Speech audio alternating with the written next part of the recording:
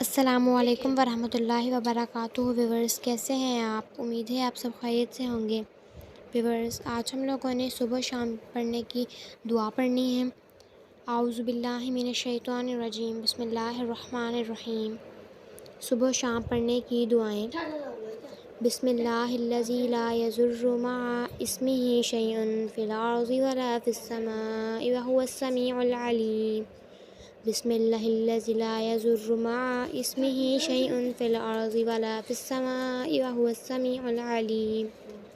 بسم اللہ الذی لا یضر مع اسمہ شیء فی الارض ولا فی السماء وہو السمیع العلیم۔ ترجمہ: شروع کرتا ہوں اللہ کے نام کے ساتھ کہ جس کے نام کے ساتھ نہیں نقصان پہنچا سکتی کوئی چیز زمین میں اور نہ آسمان میں، اور وہ سنتا اور جانتا ہے۔ جی تو ویورز یہ ہے صبح شام پڑھنے کی دعائیں۔ اب آپ لوگوں نے اس کو روزانہ صبح شام پڑھنا ہے تاکہ آپ ہر مصیبت اور مشکل اور پریشانی سے محفوظ رہ سکیں۔